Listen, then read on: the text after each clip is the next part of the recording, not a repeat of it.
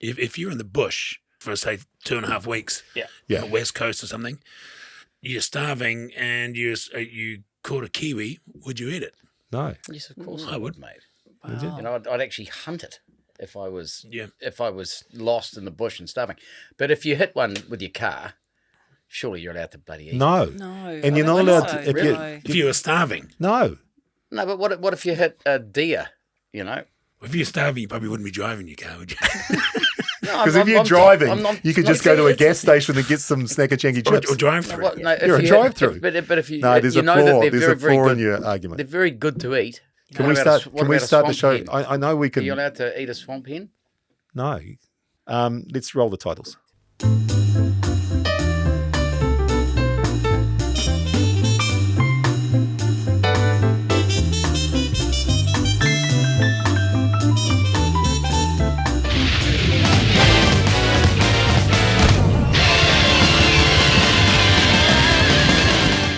Right, welcome to the TAB Sportscafe-ish. Tonight's one of tonight's special guests, Zinzan Brooke. I was so excited. Well, I'm amped. I'm pumped for We're this. all here on time. Yeah, We're all here to talk to Zinny. He's trying to work out he doesn't have Wi-Fi. So, So he said, let's just get Did this you- hold on. straight. He said, yep, I'd love to come on the show, Rick. yeah.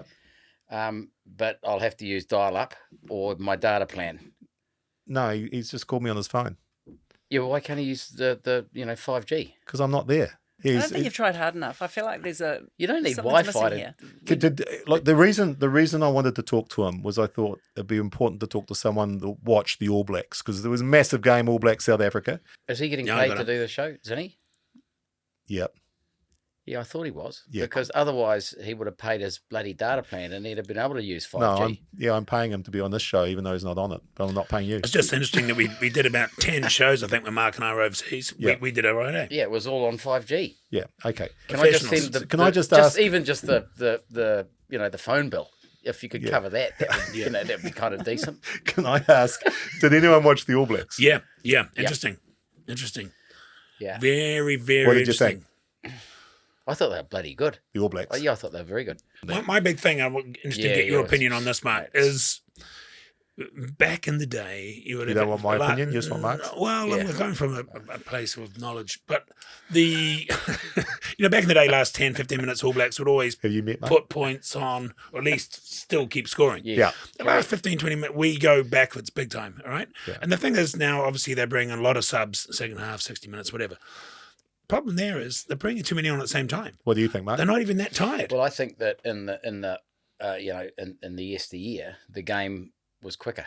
That it was faster paced. It seemed like it flowed more. Scrums would be set and go down, and you'd be running the ball backward and forward, for a long period of time. I know it's pretty intense what's happening now, but you had the ability through fitness to actually come through at the end of the game. Yeah, but now they're tactically slowing it down. totally.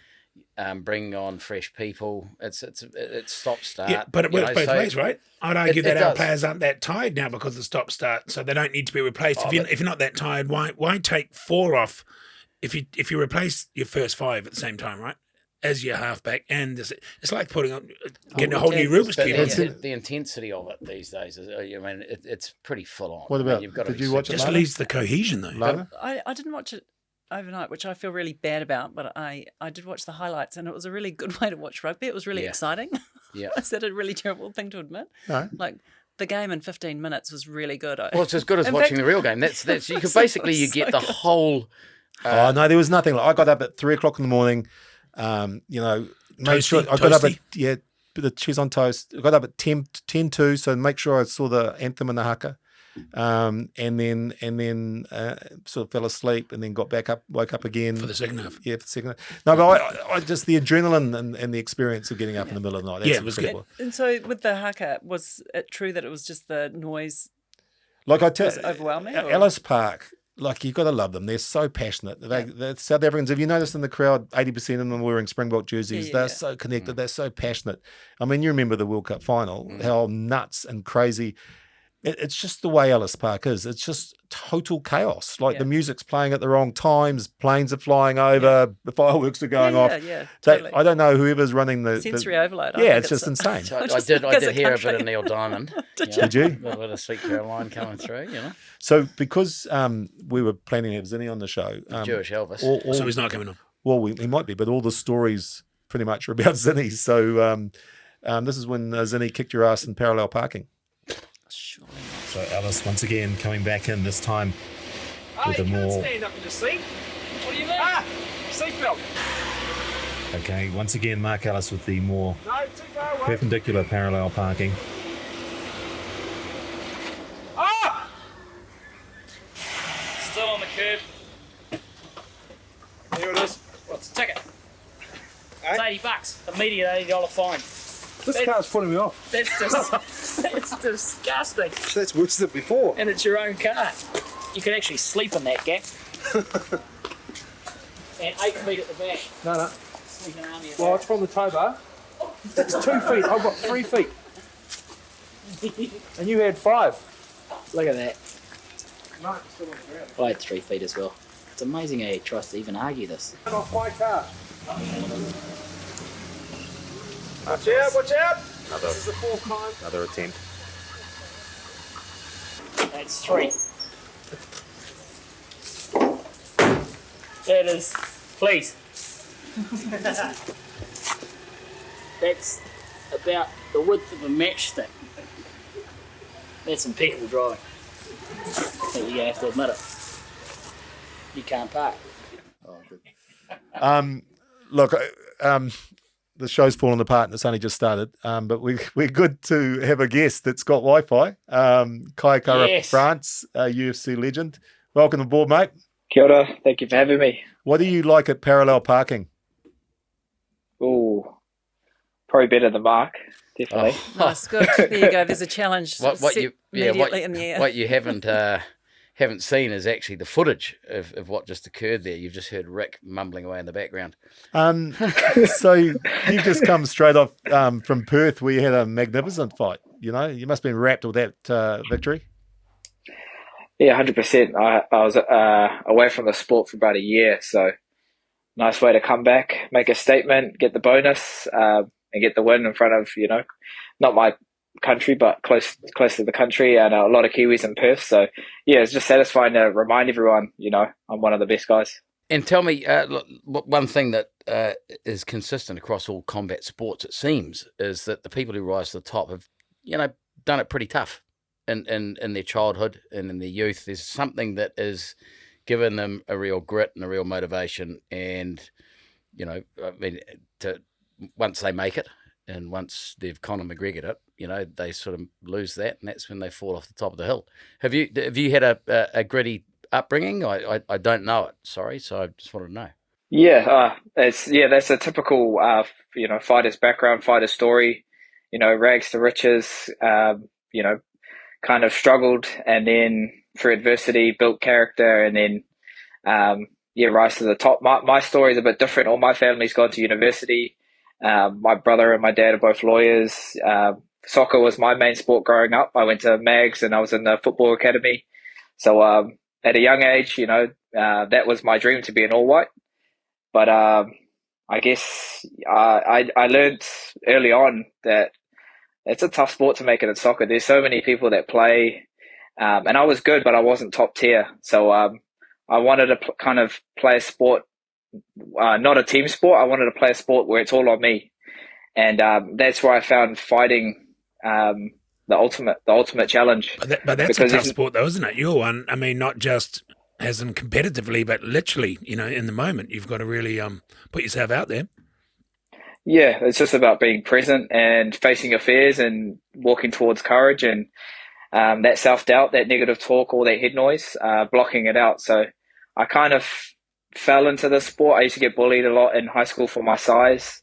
I guess being the smallest kid in the class, and people saw that as a target. And I used to get bullied so bad I stopped going to school for a while. And then, So is that the motivator? Is that where it comes from? Because that's an extraordinary story, to be from, a privileged background and to rise to the top in fighting. you're certainly, zigging when everyone else is zagging, Yeah, definitely. I had a chip on my shoulder, not to prove to anyone else, but to prove to myself. I'm very competitive. Competitive. I'm the youngest of 5, so older siblings. Always wanted to, shine in my family, and fighting was my vehicle. But I guess at a young age, I learned that this could be my path, and I just kind of ran with it. The thing about fighting is you're fighting someone similar to your size. So I knew I was going to make it in rugby. That was never my sport. All my older brothers played rugby league, and I kind of stayed in my lane. But yeah, definitely had something to prove. And yeah, look where we are. So where we are now. As a student, is that something that was that you started at school, or do you have to go to a club outside of school to start your fighting? So I started at this gym called Strikeforce. I started at 10 years old. So I walked into my first gym with a friend, just doing kids classes. We pretty much just played bull rush, and I went there for the game. So it was cool to see what we were doing, and like mostly just grappling, jiu-jitsu on the ground. I guess holding people down. That was more the stuff we were doing back then when I was so young. And then when I got bullied, that's when I walked back into the gym. And my parents wanted to, I guess, install more confidence into myself. And just to be able to walk into a room and hold yourself to hold your head up high, kind of thing. And like I said before, I wasn't doing it for anyone else. I just wanted to test myself, and that's where I was finding, I guess, turning my something negative into something positive. So I had my first fight in high school. If you obviously by getting that confidence, have you had the opportunity to resolve that with the guys that bullied you or the people that bullied you? Have you ever sort of had a quiet chat to them? And see, that's the Italian in you coming out, isn't it? What? Revenge. Vendetta. No, yeah. I'm just interested. Have you had the chance to, catch up with them and say, how's it going? Hey, no.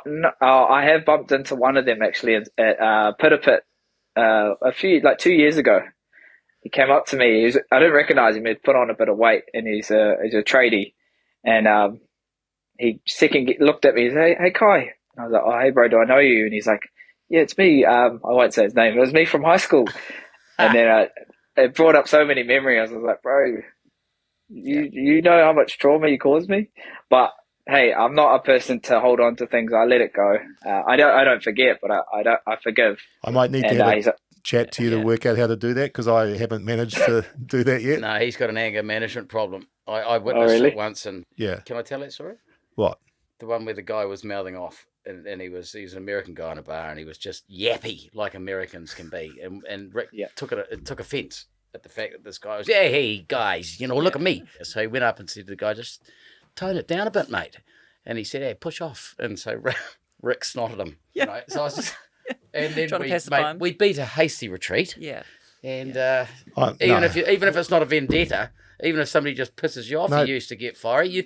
What about the poor Chinese man? Why did we stop? Who you threw off the wharf into the bloody harbour? Remember that after the Sportscafe? I didn't throw him off the wharf, and he was Japanese. Yeah. Kai, how much damage can you do to the opposition? So, when you're in a fight, what can take place? And I'm new to the sport again. Before the fight gets stopped, what can go? What's legal and what's illegal? So there's a few ways to win. So by knockout or TKO, technical knockout. So that's when the ref steps in. He's told the guy to defend himself, and he's not defending himself safely, and he's kind of looking for a way out. That's when the ref will step in, or if he's knocked out. And then there's a submission. So if you get someone in a checkmate position where they have no choice but to tap, I guess, and tapping means that you want the ref to jump in, or if it's a choke, it will go until either you're tapping or you're just going to go to sleep. And then the other way is by decision, so by points. I'd quite like you to try the submission one on Marc sometime. Would that be possible? You'd have to catch me. I can still go all right if I've got somebody like him after me. Guy, you'll have to excuse us because some of these items might not really... We've got some video items on the show, also for the podcast, and they don't really work because Zinzan's not on the show, but I can't really say... Do you remember the dressing rooms at Twickenham in 1998? That wouldn't really be appropriate. But seeing you don't remember them, this is what it looked like.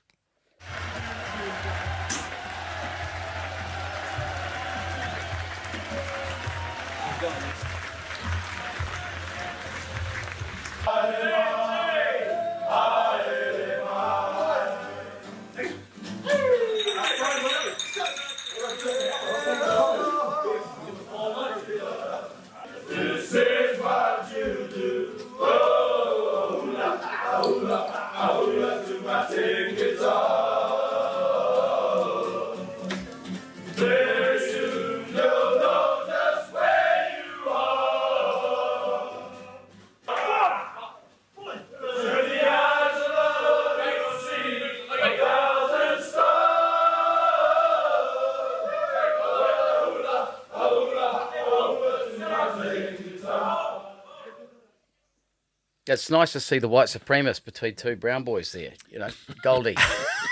Can't say that. Well, he looked like something out of Hitler Youth, didn't he, with the blonde hair, the I flock of told blonde you hair. can't say that. We've called him that nickname for a long, long time. You have. Yeah. So that was it doesn't really work with Zinny not on the show. No, but you remember back in the earlier 90s when they had big square baths where you had literally half the team in a bath. Yeah. Yeah, well, those were quite weird, isn't it? Yeah, that was a bit weird. Was that an ice bath or was that just No, a that's bath? how they didn't have. That's how you sort of Just after like the game. A warm soak. Is that how you washed off? No. Yeah, surely but there they was were an ice hot bath. baths. They were hot baths, and you could be in them by yourself if you wanted to be, or you could share them with two other people if you were that They way didn't have inclined. normal showers. Are you saying that's how people? No, they had showers. They No, did? it's Rick's story. I don't know. Yeah. I was back in the day when they had the big square bath, Yeah. which was like a massive spa pool. Do you have Roman showers? bath. Do you have showers in UFC, Guy? In the locker rooms? Yeah. You got just any normal, bath footage you normal can send showers. us? Well, we do. You're but- turning into a creep, mate. Every No. show there's something that makes us feel like awkward. Yeah, it's kind of creepy. So, yeah, Send us a it's photo not of your. right. Send us some footage of your bath. No. don't. Hey, mate, See how many so of what to you is, I need to get this question in because this is an important man to speak to.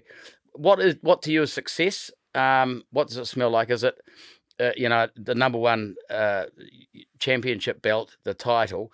And when do you, because if you're approaching this differently than the vast majority, when do you pull out? Because I suspect you're not going to wait until you fall off the wave. You're going to jump off it at some stage if you achieve all the things you need to. Good question. Yeah, definitely. Bloody good question. It's a good question. Yeah, thank you. Deep question, actually. Sorry, we don't Yeah, have time for the answer. Shut up. No, sorry. Keep going. Yeah. There's a life after fighting. I know that there's a shelf life of how long I can do this.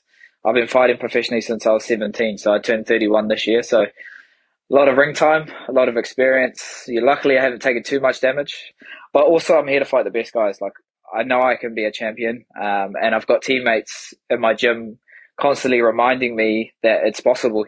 Israel Adesanya, Alex Volkanovski, guys that have done it, who have climbed the mountain and have defended and stayed on top for a long time. So I know that I can, I guess, be on that same path. I'm really impressed by, and I know that there's a show out about your gym, and it seems that the chap who's behind it must be one hell of a leader, because all you guys are really humble, really eloquent, really well spoken, really considered, really smart and intelligent, it appears, which I think would be a rarity in the fight world. Generalizing, but there wouldn't be many gyms where you get a swathe of guys like these guys who are coming out and representing us so well. Is that because of the culture of city boxing? Is that because of the people that you're around? Oh, 100%. Eugene Behrman, our head coach, he's created this environment where you thrive in. You have your priorities are in check, and if you're not here to get better, you're in the wrong place. Like you're constantly trying to upskill and improve, and it's like a massive full circle. I think early 2000s there was a massive wave of combat sports coming out of New Zealand. With K1 booming, all the heavyweight boxers doing really well, and now it's full circle for the UFC fighters in New Zealand. So yeah, it's amazing to see so many people and how far the sport has come in New Zealand. It's pretty amazing. Speaking of tough guys and great fighters, the K1 Jason Sutty, this is a good story. I'm driving around Green Lane and I cut him off, and he honks a horn, and so I just flick the bird and just quiver it out the back window.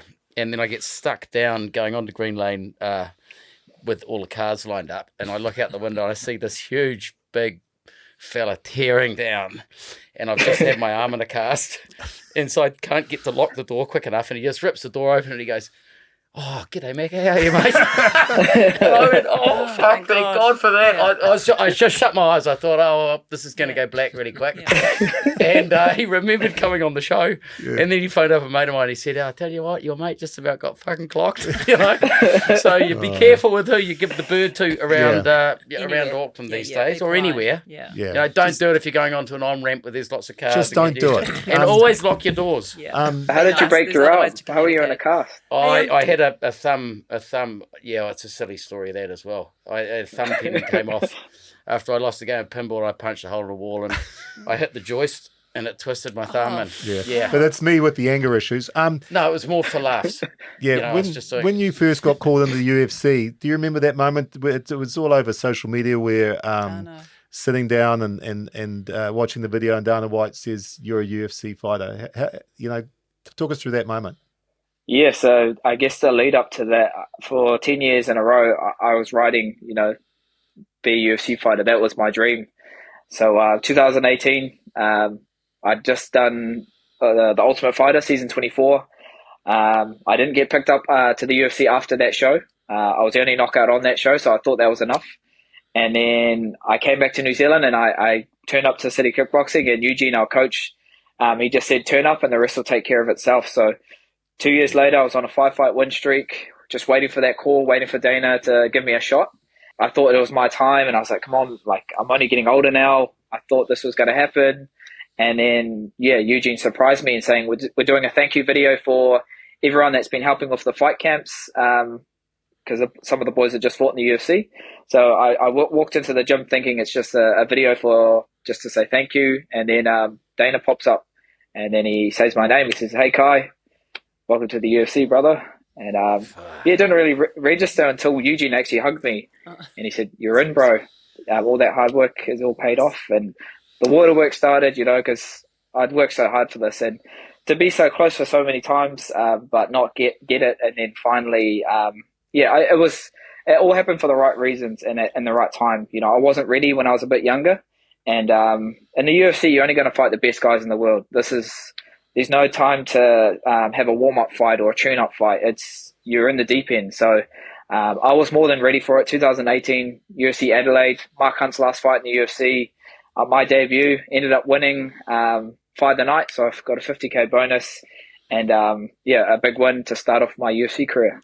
It seems like City Kickboxing is a team. It's an individual sport, but if there was a team award at the Hellbergs, I'd be nominating these guys. Yeah. Because they obviously are so tight. Are the women just as competitive as the men? Is it the same? Oh, 100%. The girls, they're not normal. They're not normal at all. They're the regulators. Yeah. Any new guys that I guess of trying to make it in the sport, you just get the girls to get in the ring with them, and they'll let you know if you're ready or not. Because these girls aren't normal. They're always the regulators, aren't they, Marc? It's just the regulator. Always the voice of sanity. Yeah. Really. Yeah.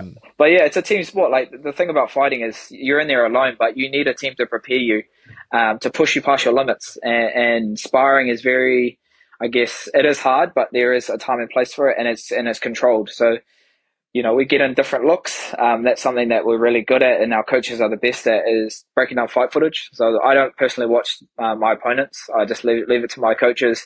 They break down the habits or tendencies that your opponent does, and then we can get a guy that can simulate that or give me that look in sparring. And then, for the next 12 weeks building up to a fight, we've really fine-tuned something that will be happening in the fight. So that last fight against Steve Ersic, everyone thought I'd just have a right hand. I've got 13 first-round knockouts, and the right hand usually lands, but this time it was the left hand. So something we worked on a lot is just to be set everything up. It's a lot more detailed than what people usually are looking for. They just say, he's just setting up his right hand. But you don't watch any of your opponent's actual fighting. Not really. No, I'll watch it if it's on. It's got to be a psychological. I think it throws you off. It throws you off if your opponent changes. Right. Think about me. I just focus on what I can control, and that's just myself. That's fighting for me against myself. Yeah. And what helps me kind of make sense of all of that is tapping into my culture.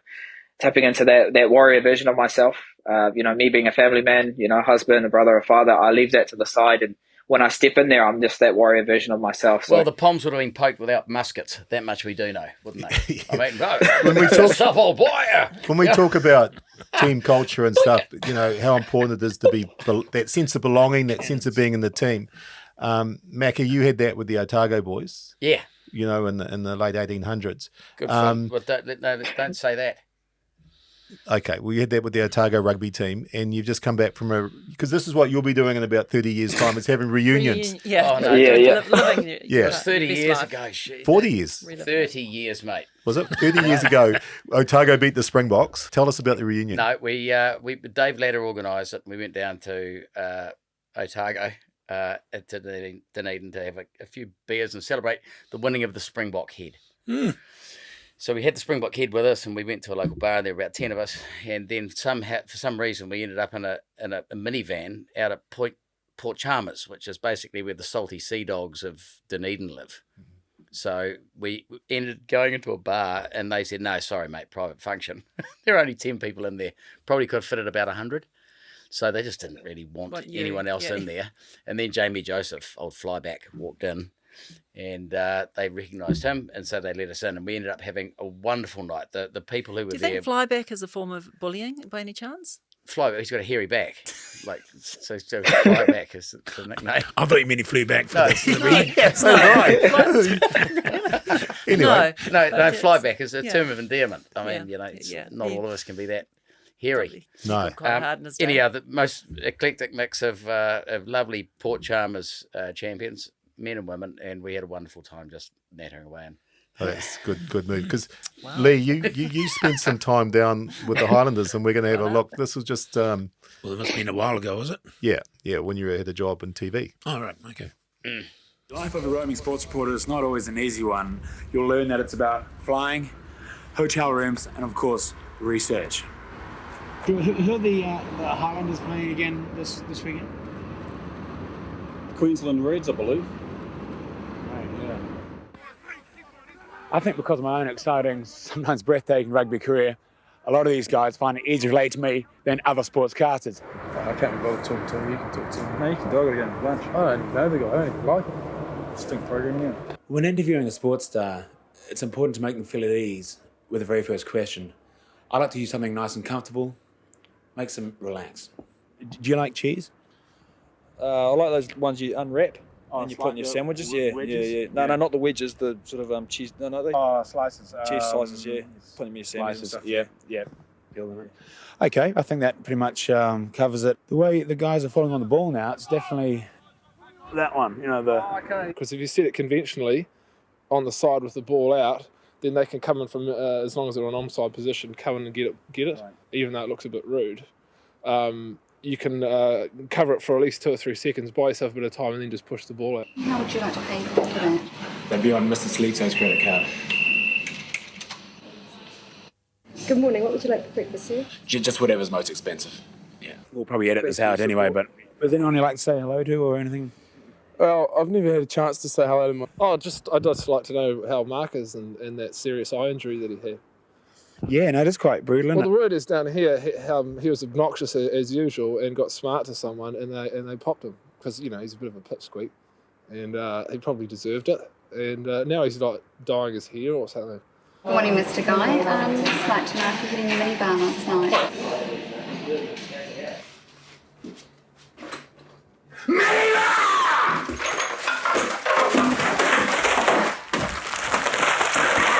Minibar.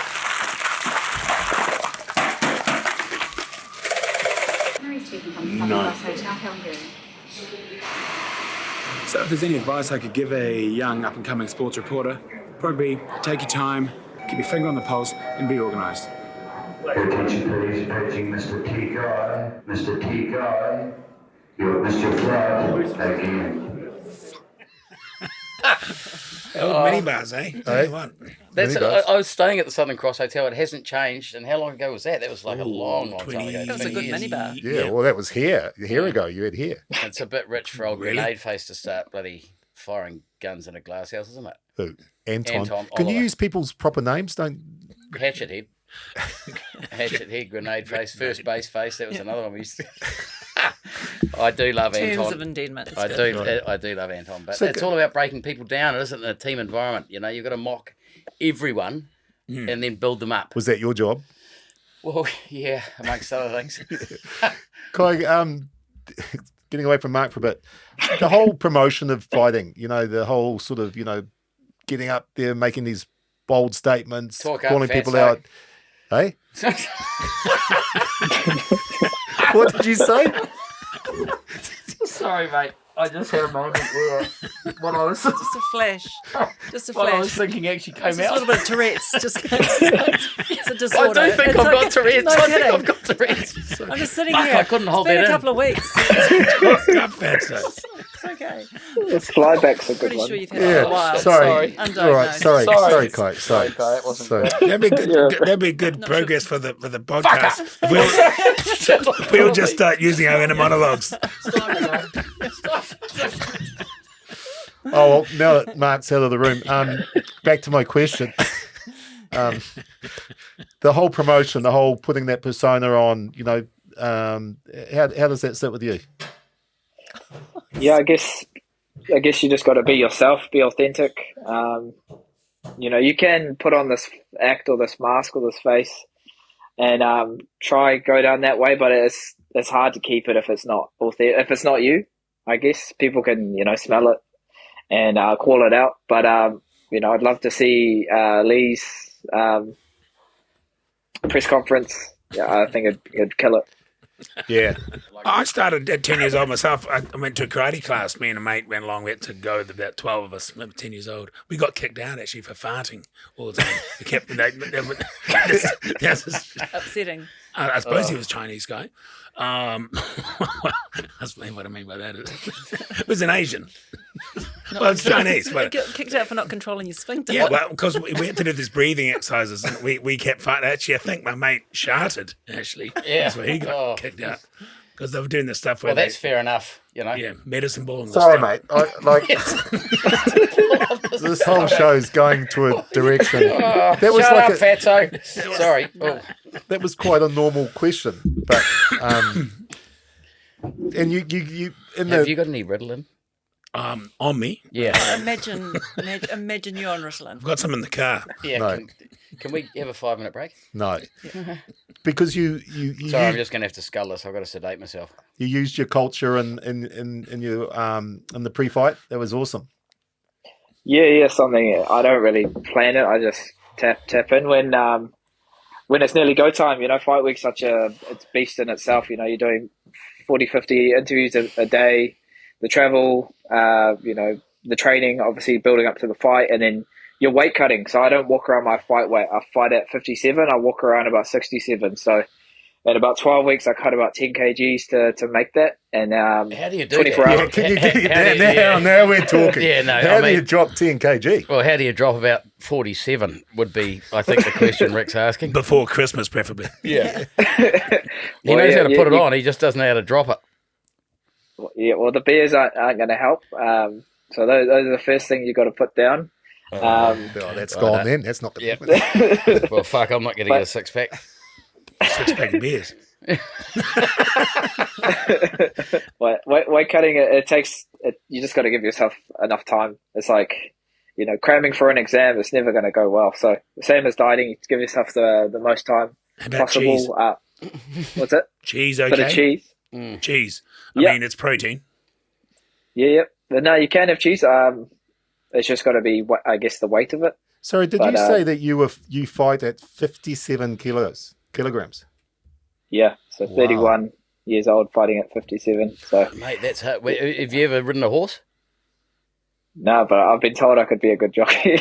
Well, yeah, I mean, I reckon Michael Walker would have been around about that. The year that you've taken off, was it for a sabbatical or was it for another reason? Was it like No, that was I had a concussion. I had a bad head knock.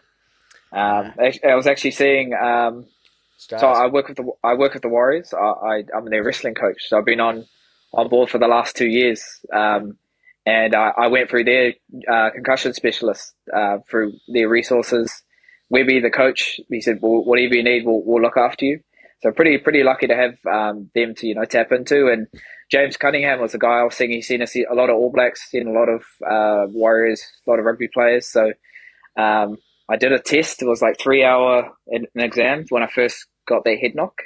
And then it was just inspiring. Same week my second son was born. So probably not sleeping, back and forth from the hospital.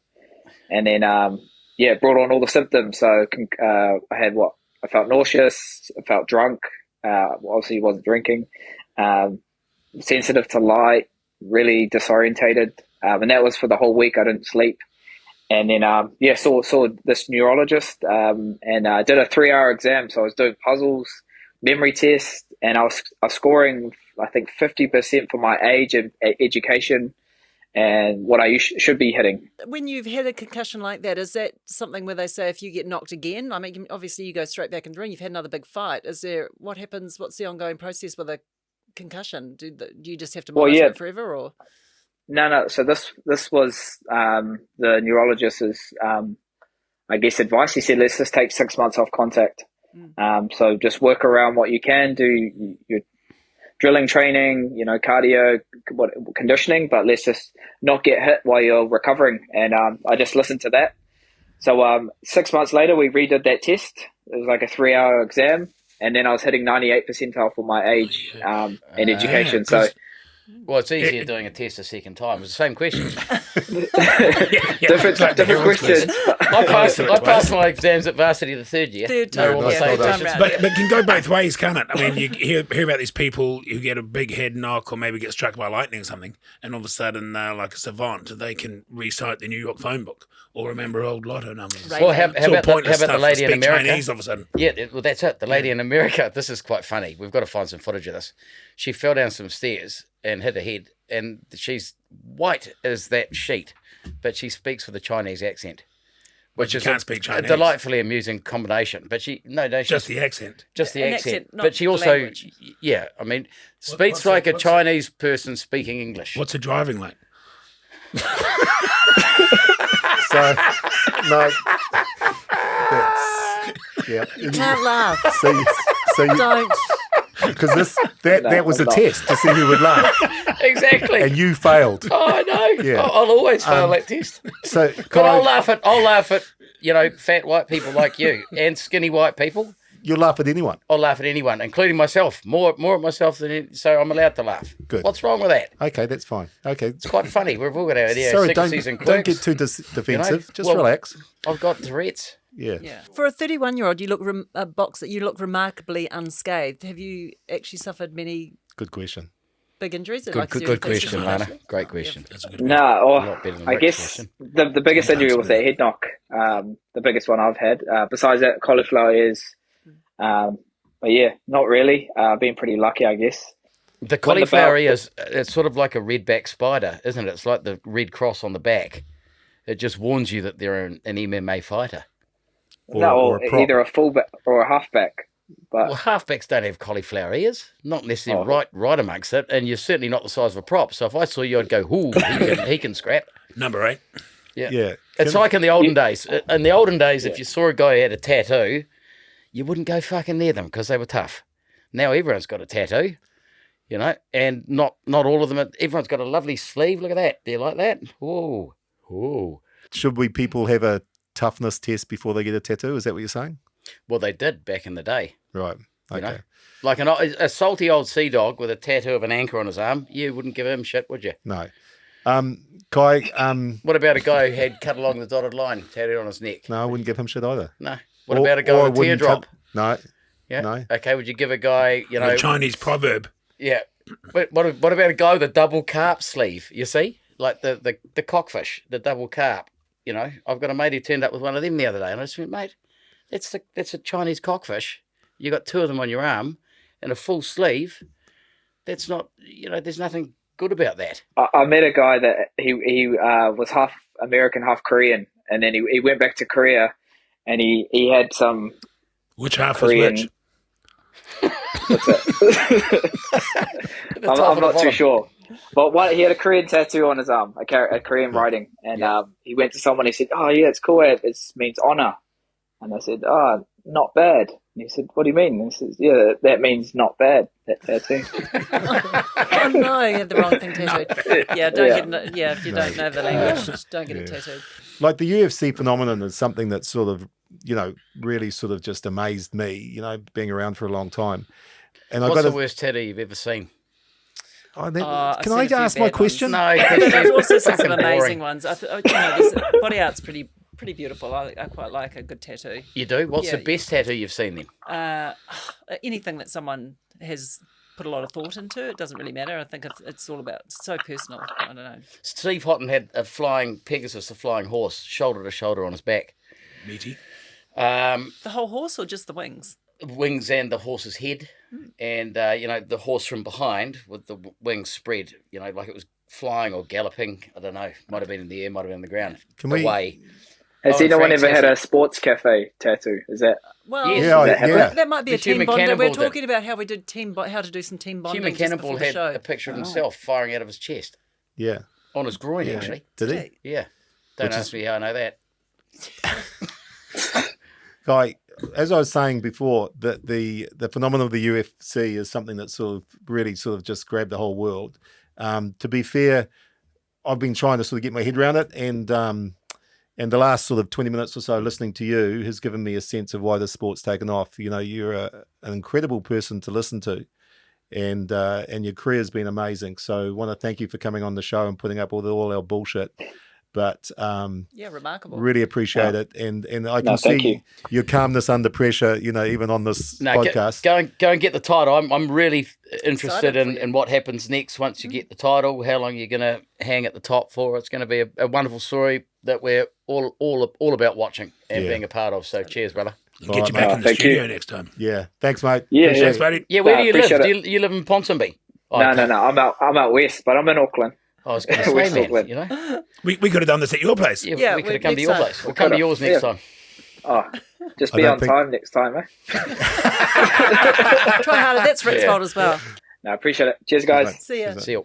Yeah. I thought your behaviour during that interview was inappropriate. Why?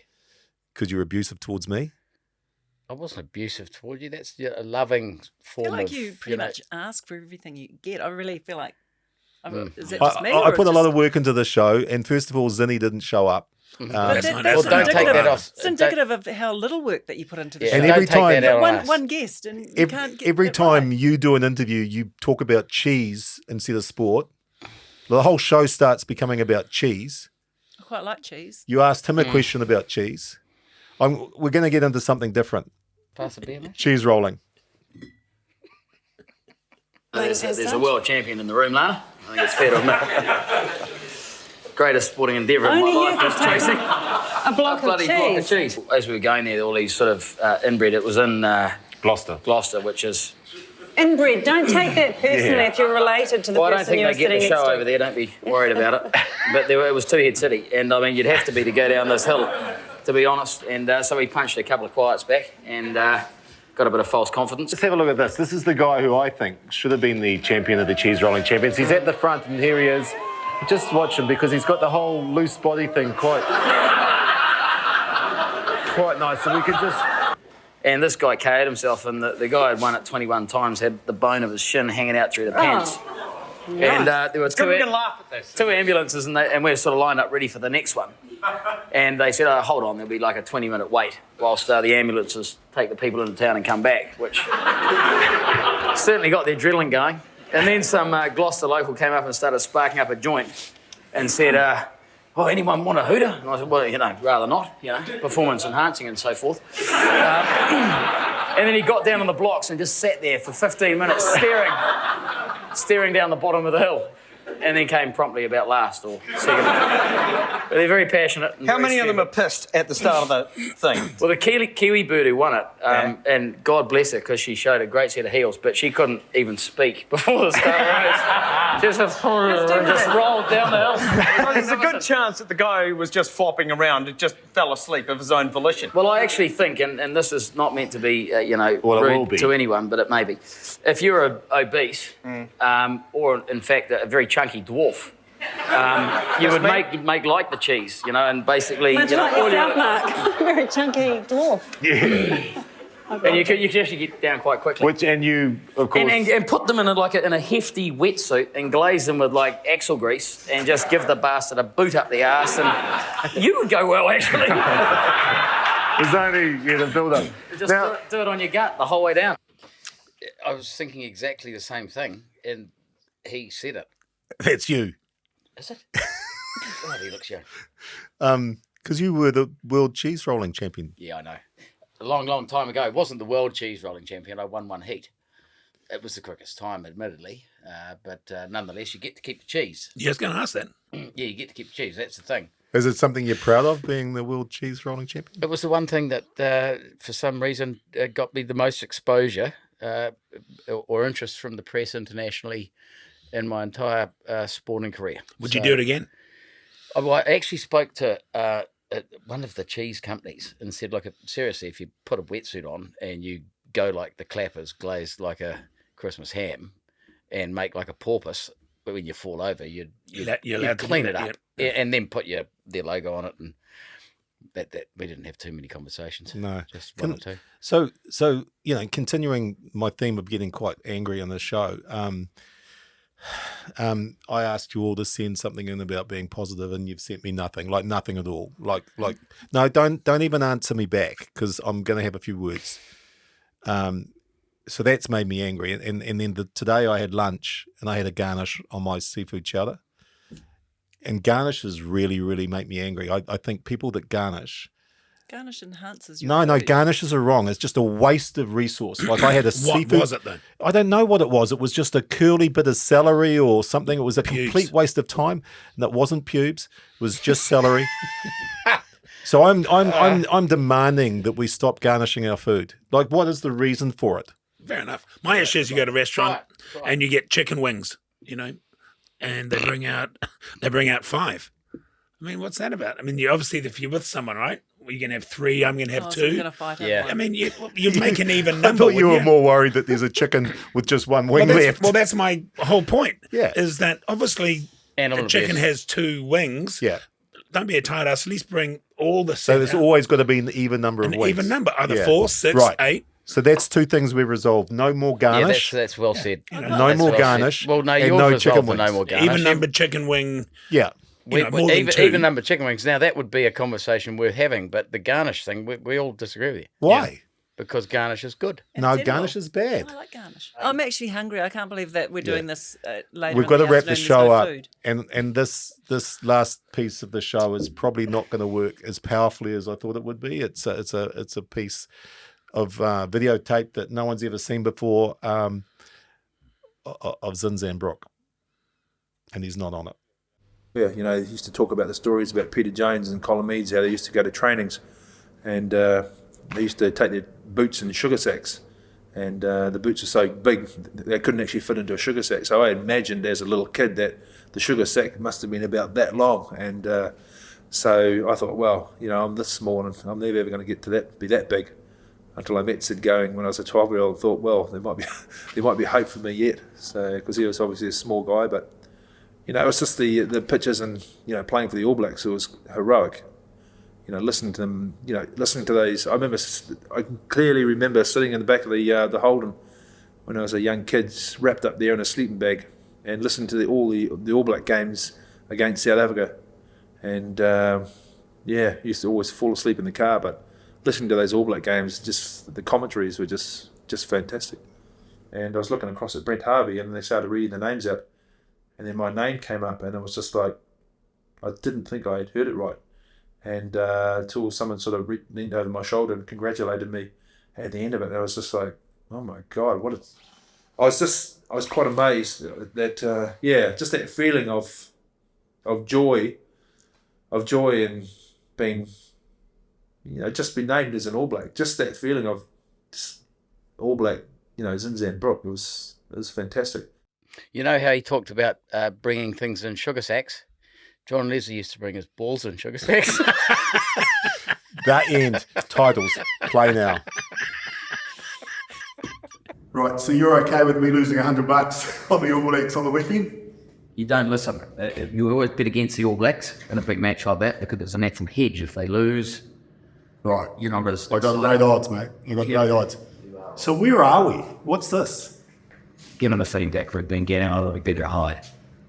Hide. If we really want to ride a boat out, we want to be doing a clandestine environment where nobody knows where we are. So I found a key, it opened this door, and we're in a little man cave of sorts somewhere. Then Is that the Sportscafe couch? Did you steal it from my house? on trays. What? Right. We're going to do the show from here from now on. That's it.